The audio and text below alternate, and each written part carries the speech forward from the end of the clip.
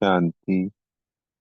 आज 4 नवंबर 2024 के महावाक्यों में प्यारे मीठे बाप दादा ने कहा, वाक्य में जो मनन चिंतन है उसमें, कि तुम बेहद के बाप के पास आए हो विकारी से निर्विकारी बनने, इसलिए तुम्हारे में कोई भूत नहीं होना चाहिए। अर्थात जो 5 बड़े भूत हैं, इसके बाद अगर छोटे देखेंगे तो अनगिनत है, अनगिनत। हम 5-10 तो और गिन लेंगे, पर जब हम अपनी सूक्ष्म चेकिंग करते हैं तब हमें पता चलता है कि ये चीजें भूत हैं। बड़े भूत तो फिर भी मान लो भक्ति में भी नजर आते थे भी, ये क्रोध करना तो गलत है, दूसरों को दुख पहुंचता है, स्वयं को भी दुख पहुंचता है। जिस आत्मा में कुछ अच्छाइयाँ होती हैं या कुछ सेल्फ रियलाइजेशन होता है, हल्का सा आत्मा वाला रियलाइजेशन नहीं, किसी को दुख देकर अगर हमें फीलिंग आती है कि अरे ये तो गलत हो गया, तो भक्ति में भी होता था कि हाँ ये तो रॉन्ग है, लालच किया, किसी का नुकसान हो गया, तो दिल को खाती है ना जी। पर यहाँ पे हमें ये मोटे मोटे 5 भूतों के अलावा अति सूक्ष्म, अति बारीक, ऐसी ऐसी कमी कमजोरियों का अवस्था ऊंची होते जाने पे पता चलता जाता है कि अरे ये भी कमी कमजोरी है, ये भी कमी कमजोरी है, ये भी कमी कमजोरी है, अलग अलग तरीके की निकालते रहते हैं, निकालते रहते हैं।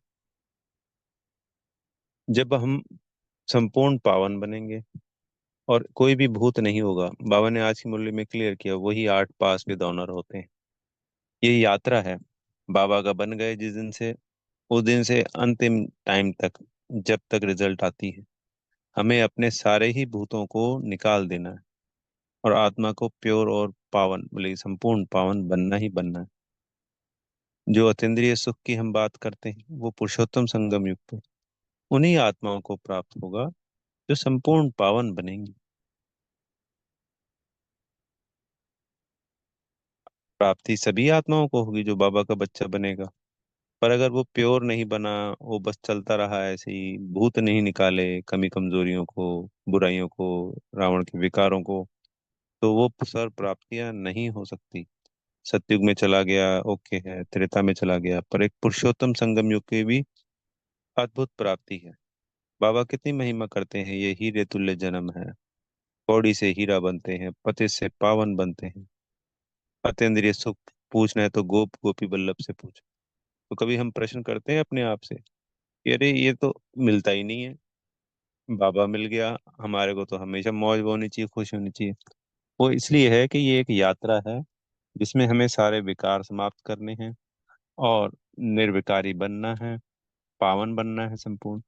तो वो जो संगम युग की प्राप्ति है, फिर ये लगेगा कि ये हीरे तुल्य जन्म है, ये हीरे तुल्य युग है। परमात्मा हीरा है जिसने मुझ आत्मा को हीरा बनाया, और मुझे ये सर प्राप्तियां संगम युग पे हो रही हैं। वो प्राप्तियां सत्युग से भी ऊंची है।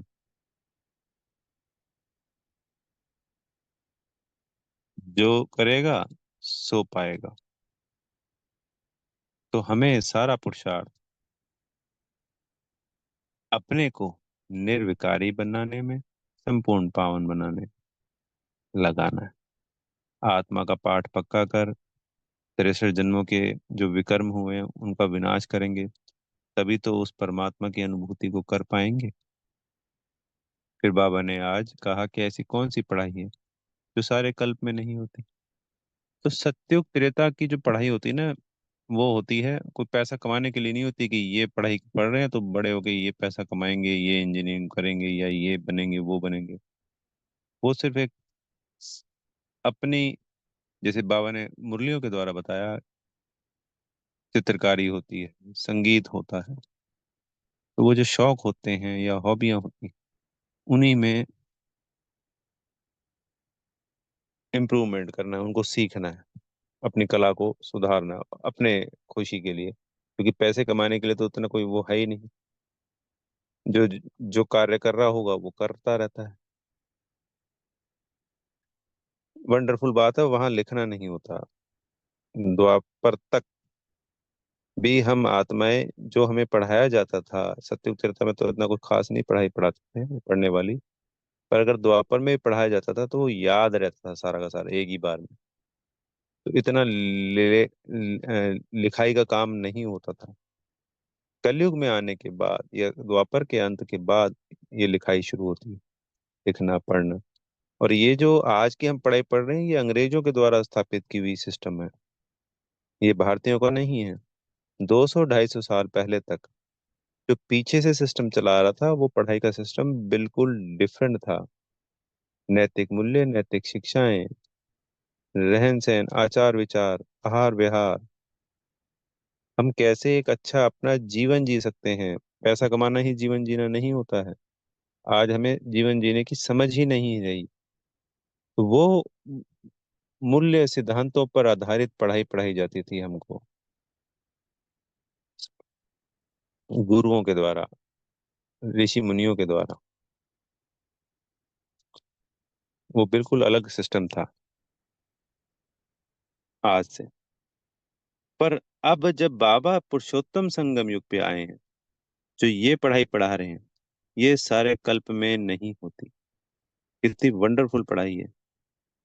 उस पढ़ाई में तो 25 साल पढ़ लिए, अगले 25 30 40 साल उसी के आधार पे पैसा कमा लिया, सिंपल जीवन जी लिया। ये पढ़ाई पढ़कर निश्चय होता है बाबा पर, तभी तो हम पढ़ रहे हैं। तो अगले 21 जन्मों का वर्षा मिलता है, 21 जन्मों का।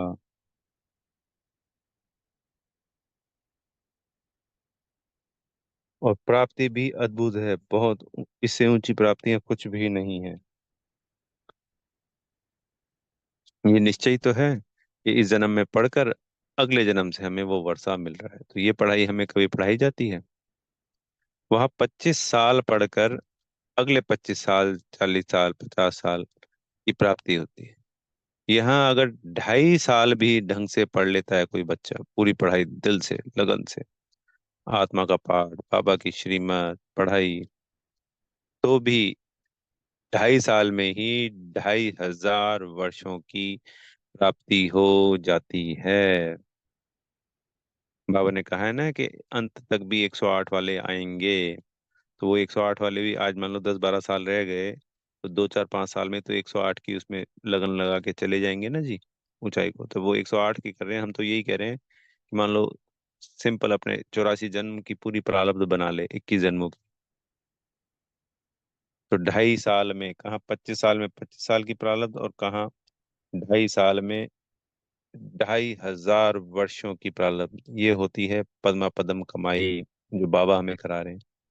हमें ये नहीं पता आज भी, तो कोई हम गणना नहीं कर सकते, वर्णन नहीं कर सकते कि बाबा ये एक मुरली पढ़ने का हमें क्या क्या प्राप्तियां करा देते हैं। और एक ही मुरली को अगर दिन में हम 3 4 बार पढ़ लें तो हमारी प्राप्तियां उसकी और कितनी गुना हो जाती हैं। एक बाबा शब्द, सिर्फ बाबा शब्द को हम एक बार भी बोलते हैं तो हमारी कितनी कितनी पद्म पदम प्राप्तियां हो जाती हैं। तभी तो पिछले 63 जन्मों, 2,500 साल के विकर्मों का भी विनाश हो रहा है। हमारे संस्कारों का भी परिवर्तन हो रहा है, पुराने स्वभाव संस्कार का। और आने वाली देवी दुनिया की 21 जन्मों की प्रारब्ध भी बन रही है। ये आसान बात नहीं है। थोड़ा दिमाग से हम सोचेंगे तो कहेंगे कि क्या बाबा हमें प्राप्त करा रहा है इस पढ़ाई के द्वारा। जब बाबा ने ये सिस्टम बनाया होगा तो कुछ तो बना सोचा ही होगा कि बच्चों को क्या ऐसे सेवाएं दी जाएं, कर्म कराया जाए जिससे उनकी प्रारब्ध बने सतयुग में जाने की। वरना बाबा तो सतयुग 1 ही मिनट में बना देता अपने हिसाब से ही। पर प्रारब्ध तो नहीं बनती, राजधानी तो नहीं बनती। जो ये कर्मों की गुह्य गति है, इसके आधार पर जो प्राप्तियां होती हैं, प्रारब्ध बनती है, वो तो नियम ही ध्वस्त हो जाता। तो कितना आसान और कितना सुंदर नियम बनाया बाबा ने। एक आसान सी पढ़ाई दे दी। सृष्टि के आदि मध्य अंत को जानना है, अपने ही 84 जन्मों की कहानी को जानना है, स्वयं आत्मा को जानना है, अपने ही पिता परमात्मा को जानना भी है और उनको याद भी करना है। कितना सब कुछ आसान है, सहज है, कितना प्यारा है। इस दुख की दुनिया से निकलकर उस सुख की दुनिया में जाना है। आज की मुरली में रावण और राम राज्य की बात करी बाबा ने। यही दुख की दुनिया है। इसी दुख की दुनिया में साइंस, माया अपना पॉम्प दिखाती है। तो उनको लगता है कि हमारे पास तो महल है, गाड़ियां हैं, सब कुछ सुखी सुख है। पर यहाँ पे साहूकारों को भी दुख है, और सत्युग त्रेता में प्रजा को भी सुख है। बाबा ने आज फिर सोमनाथ के मंदिर में कही कि कितना धन था। इसके पीछे बाबा का उद्देश्य ये रहता है। वो मंदिर बना था द्वापर के 400-500 साल बाद, यानी आज से 2000 साल पहले, जब विक्रमादित्य जी आए थे। और उसको लूटा अभी लगभग द्वापर के अंत में। तो हमारे पास इस द्वापर में इतना धन था राजा के पास कि उस मंदिर को कितनी बार अनेकों बार लूटा गया, तब वो धन जाके समाप्त हुआ। तो जिसने मंदिर में इतना धन लगा दिया, तो पर्सनली उसके पास कितना धन होगा, प्रजा पे भी धन होगा। ये धन अभी हमारे पास अंग्रेजों के आने तक भी था, ठीक ठाक धन था। कोई ऐसी गरीबी या भुखमरी नहीं थी भारत में। ये तो सिर्फ इन्हीं 250 सालों में, और इन 100 सालों को मिला लें तो इन्हीं 300-400 सालों की ही पैसे की जो हुई है, इतनी बीमारियां हुई हैं, इतने दुख बढ़ गए हैं। भगवान ने जो व्यवस्था बनाई है बहुत सुंदर बनाई।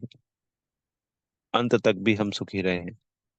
इन 84 जन्मों में, ये समझ लो 60 जन्म, 55 से 60 जन्म तो बाबा ही बोलते हैं कि आप सुखी रहते हैं, यानी 4000 साल तक हमारे इतने जन्म हो जाते हैं।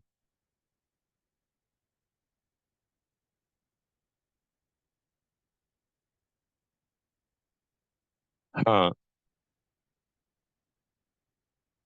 ये जो भक्ति करी, जैसे बाबा ने आज बताया कि सभी धर्मों का एक ही मुख्य शास्त्र है। खाली हमारे ही धर्म के अनेकों अनेक शास्त्र बैठकर बना दिए। तो हमारा पता ही नहीं कि हमारा धर्म शास्त्र, भक्ति में लोगों को नहीं पता कि कौन सा है। हमें तो पता है भाई, गीता ही मुख्य धर्म शास्त्र है। आप किसी से भी पूछ के देखिए क्योंकि हमारा मुख्य धर्म शास्त्र कौन सा है, तो नहीं बता पाते ज्यादातर लोग। 99% लोग नहीं बता पाते। और उनसे पूछो मुसलमानों का कौन सा है, तो फट से कह देंगे कुरान है। सरदारों का कौन सा है, कह देंगे गुरु ग्रंथ साहब है। क्रिश्चियन का कौन सा है, बाइबल है। और अपना पूछो, नहीं पता है। कभी सोचा है ये बात कि दूसरे के बच्चे का तो नाम पता है, या माँ बाप का पता है, और अपने माँ बाप या बच्चे का नाम ही नहीं पता है। कितनी वंडरफुल बात है। जब हम अपने ही धर्म शास्त्र को भूल गए, तो हमारी दुर्गति तो होनी ही थी। कहते हैं ना जी, ये हो गया, ऐसे हो गया, हमारा धर्म तो ऐसे कमजोर हो गया। तो जिसके माई बाप का ही नहीं पता, अनाथ है, बाबा कहते हैं ना कई मुरलियों में, तो वो तो फिर अनाथ, तो फिर अनाथ ही है। ये जो गीता शास्त्र है, ये सभी शास्त्रों का, ये नहीं कि सिर्फ हमारे हिंदू धर्म के शास्त्रों का, विश्व के सभी धर्मों के, सभी धर्म शास्त्रों का माई बाप है। इसी से सब कुछ निकला है।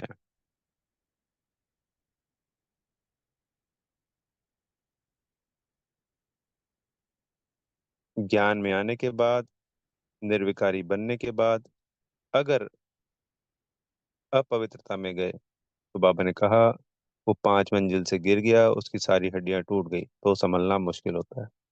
इसलिए सदा सावधानी रखनी है। और ये जो सब विकार हैं, कभी भी कोई अपने अंदर फ्रस्ट्रेशन नहीं लानी है। बाबा ने क्लियर किया है कि ये अनेक 63 जन्मों की बीमारी है, तो एक दिन में नहीं निकलेगी।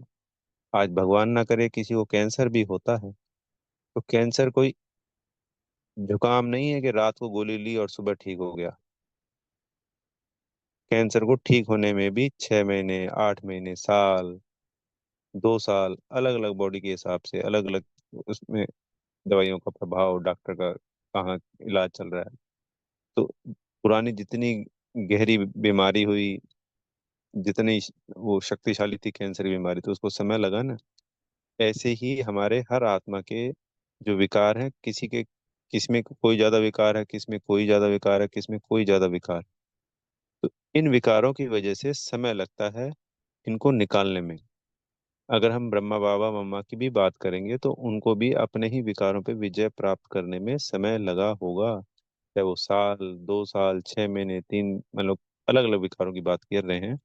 कोई विकार जल्दी समाप्त हो जाते हैं किसी आत्मा में, किसी एक विकार को थोड़ा समय ज्यादा लग जाता है।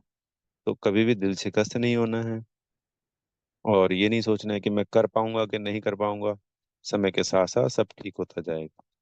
जैसे कोई पेड़ है, आम का पेड़ है, 5 साल में बीज जब बोएंगे तो 5 साल बाद ही तो फल आएगा ना। हम सोचे जी 6 महीने में आ जाए, तो ऐसा पॉसिबल नहीं। बाबा की याद सदा बना के रखनी है, बाबा की छत्र छाया में रहना है, मुरली का मनन चिंतन करना है। रोज कोशिश करें एक सेंटर पे सुने मुरली, या इंटरनेट पे भी सुन रहे हैं तो 2 बार कम से कम पढ़े जरूर उसको, कम से कम। एक बार नहीं, 2 बार, सुबह और शाम का नियम बनाए। रात को मुरली पढ़कर सोएं, सुबह दिन में जब भी मौका मिले, और इतना समय होता है।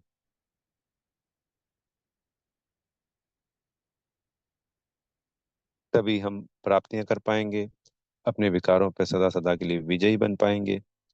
धैर्यता को धारण करना है, और हमारी विजय निश्चित हुई पड़ी है। बेहद की शुभकामनाएं आप सबके लिए। अच्छा। ओम शांति। बेहद का धन्यवाद प्यारे मीठे बाप दादा जी का।